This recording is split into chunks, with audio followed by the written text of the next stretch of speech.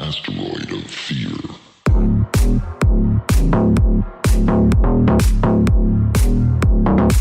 Welcome to another episode of the Men of the House podcast. Actually, welcome to this relaunch, episode 112.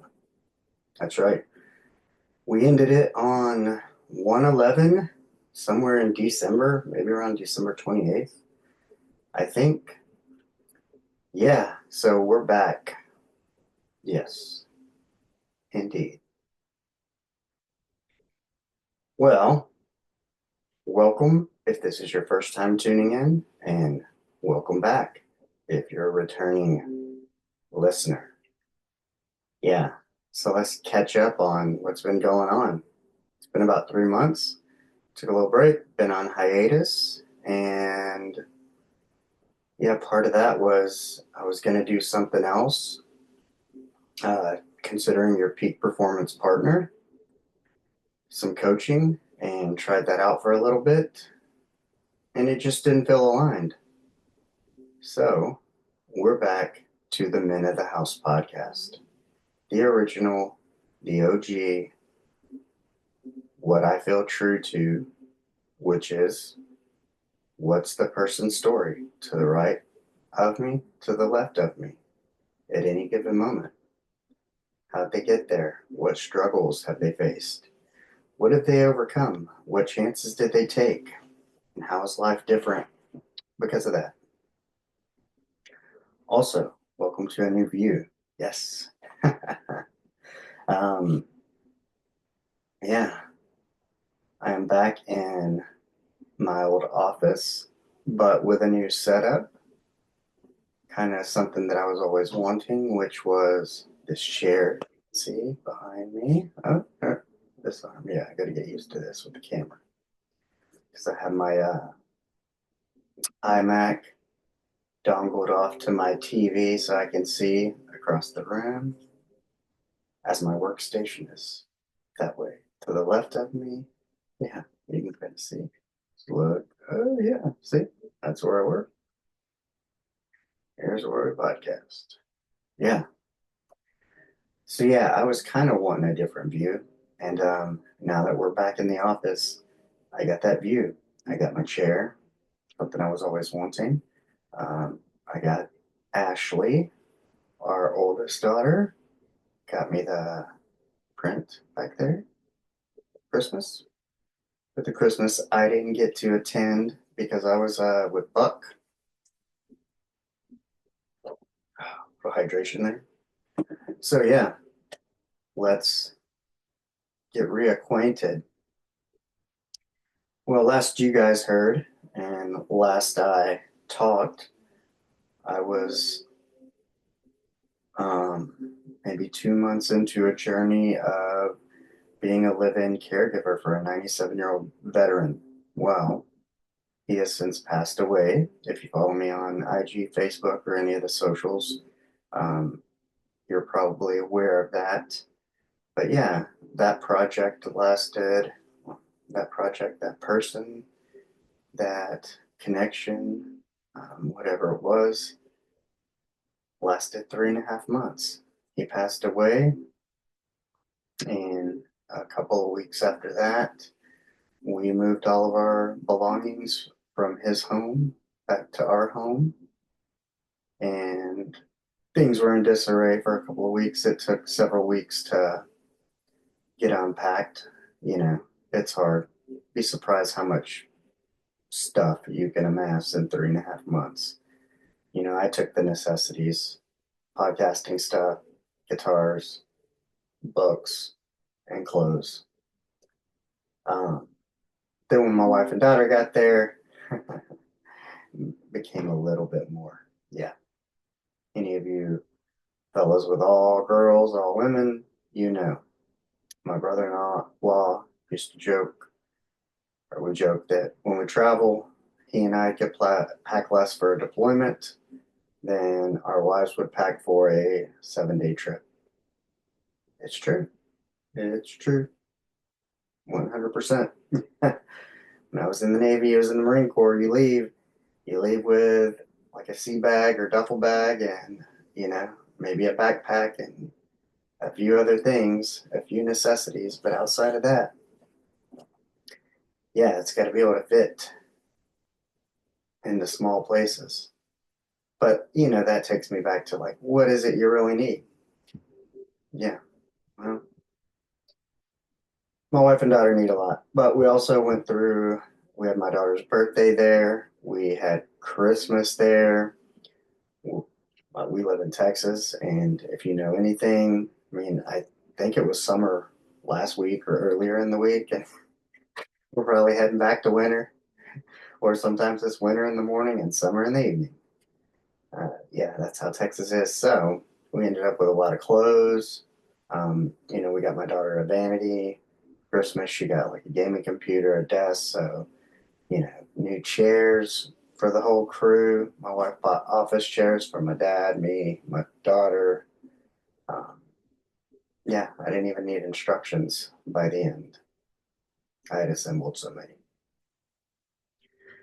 But yeah, so Buck passed away, and I was also preparing for the Mammoth March, which I did a couple weekends ago, February 22nd, out in Dinosaur Valley State Park, Glen Rose, Texas. 20 miles, ended up being about 23 and change. Took us about 7 hours and a little bit. But yeah, that was a good time. A lot of fun torturing yourself. Um, I kicked rocks, literally. I got, those blood blister bruise things under my toenails. Yeah, they're really showing now. But yeah, so it's been, you know, 3 months, 3.5 months since I've been off the mic. So it's a little weird to get back on here. Please show me some grace. Um, See there, using filler words already. I'll try not to, but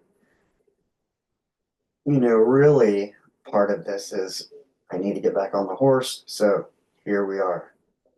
Even if it's to talk about the relaunch, I need to get back into editing, posting, etc., etc. Back on my routine. Yeah, I fell off with trying to do something different that it just didn't align to me. I'm still going to offer coaching. I still want to help people get unstuck. I feel like I still have that to offer, um, given my experience in life. And then, of course, I've got some certifications that say so as well. You know, those are kind of what they are. But it, yeah, it just wasn't aligned for some reason. And I kept this podcast kind of on the side in the back with, the right to return to it at any moment because I always felt like I would always have this one. I would always come back to this one because, it's what I love. It's the stories, the storytelling.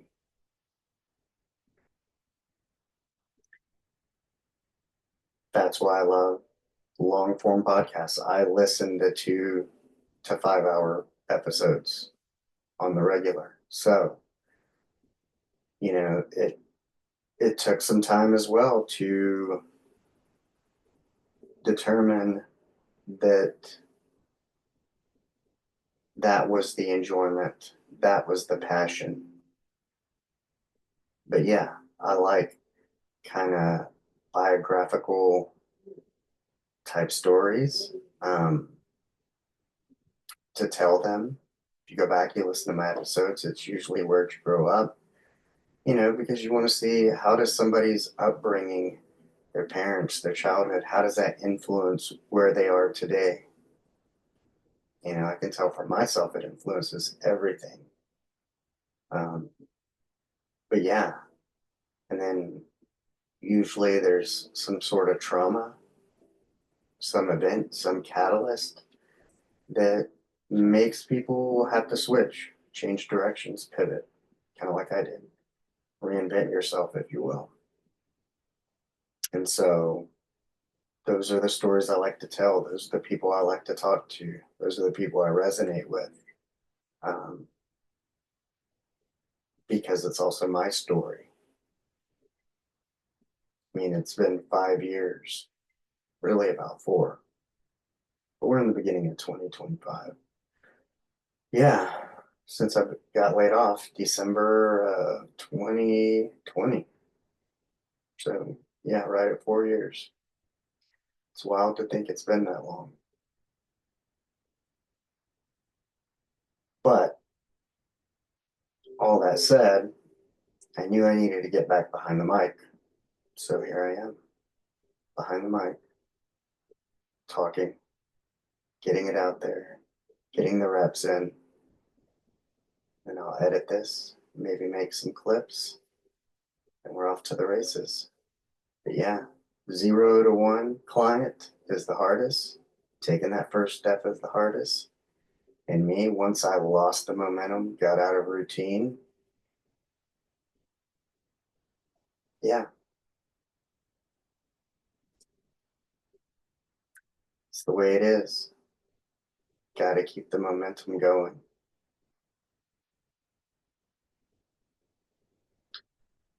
So, anywho, but in the meantime, yeah, Buck is no longer, but we've had a few other clients that we've been working on, but they're those have you know, shelf lives on them. One gentleman, it, he just needs to be in assisted living, and you know, we have another one.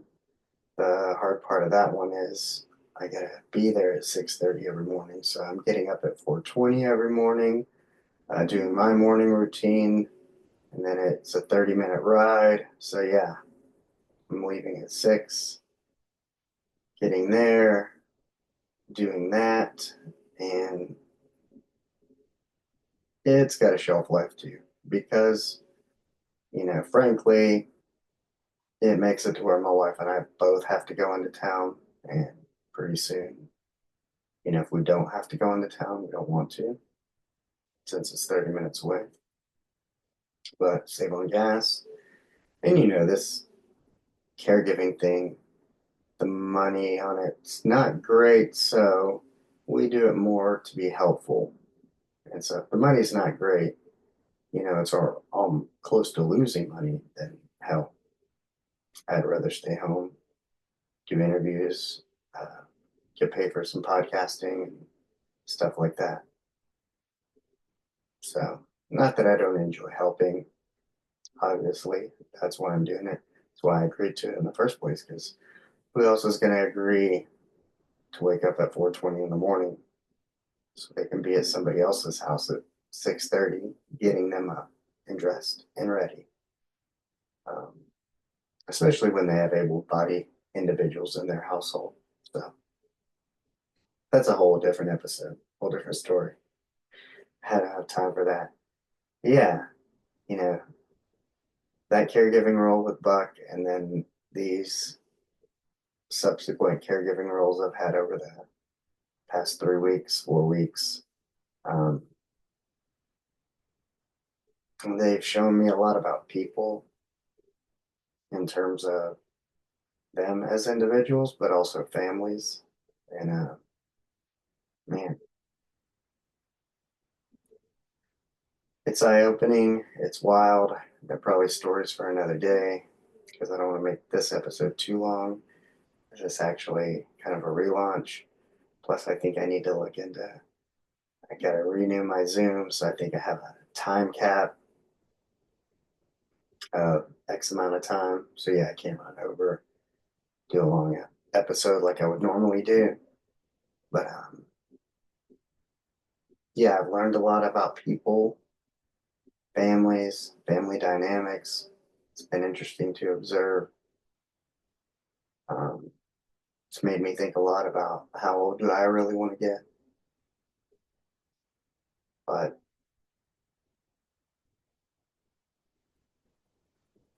yeah, I'm excited to return to this. I already got a guest lined up. I just need to um, set up a date. Yeah, need to get this one done, set up a date.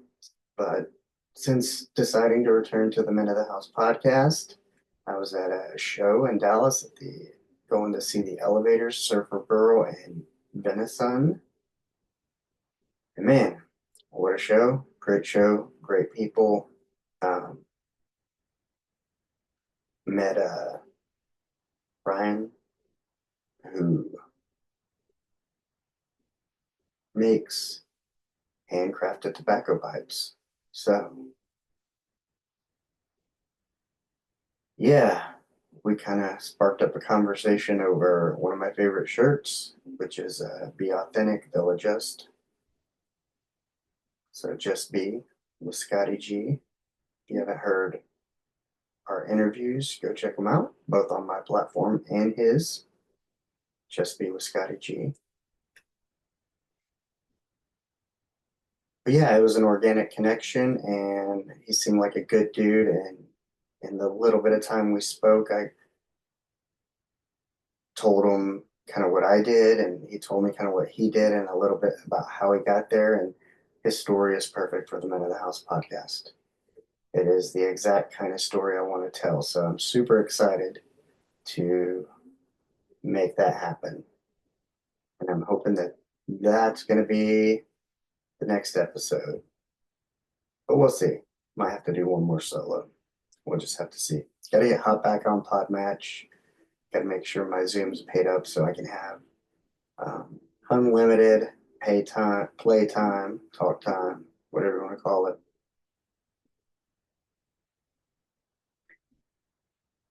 Yeah, I'm ready to get back into it. Plus, this week is spring break, so I'll have some familial commitments, if you will. Yeah.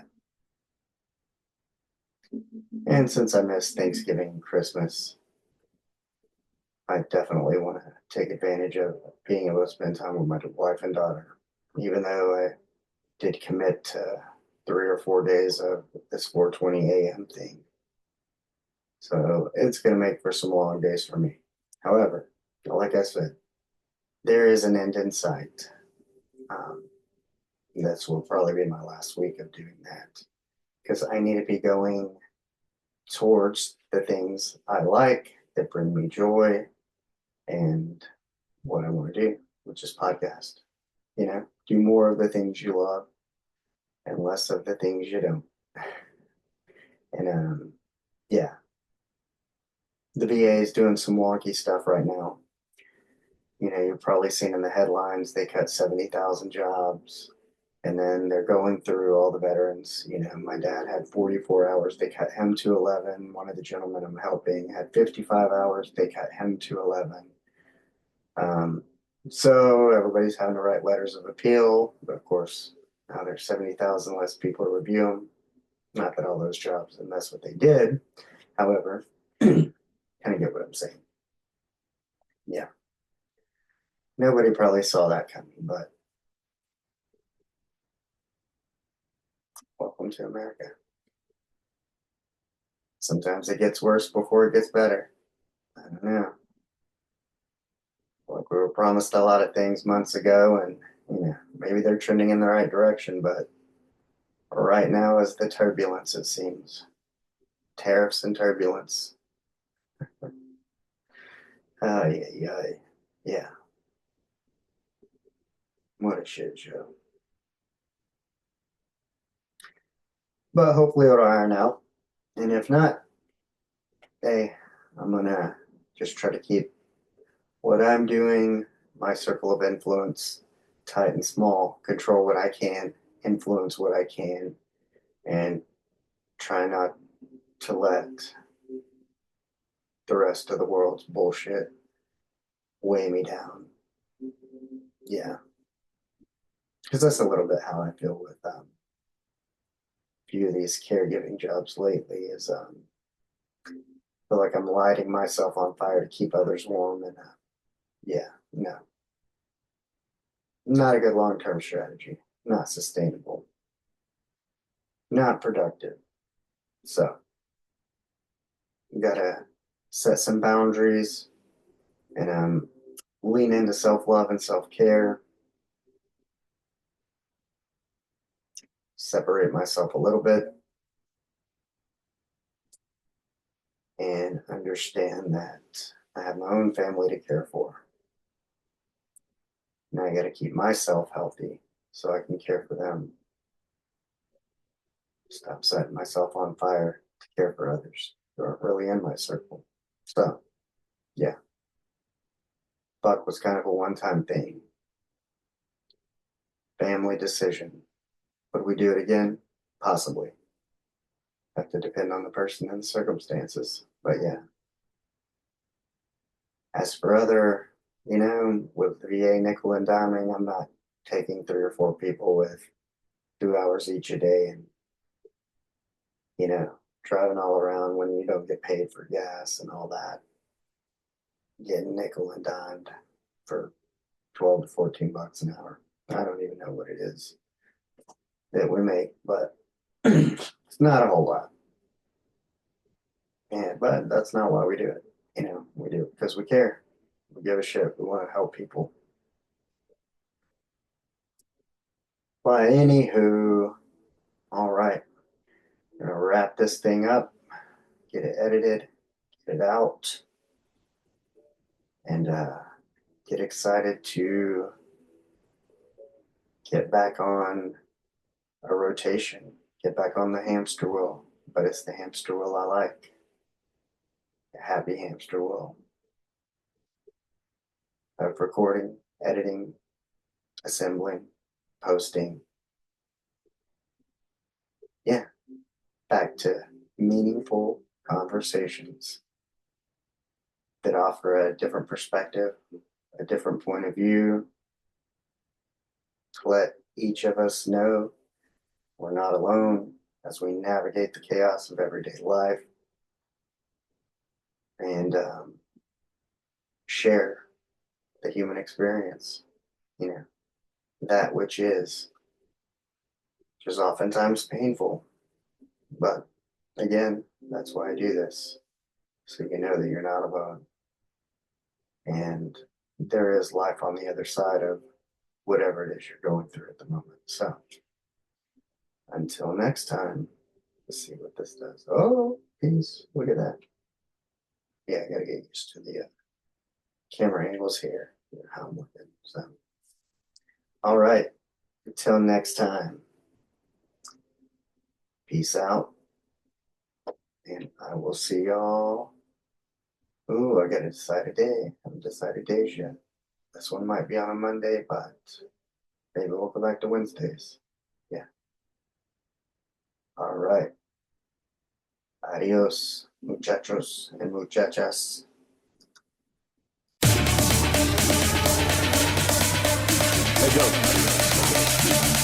Asteroid of fear.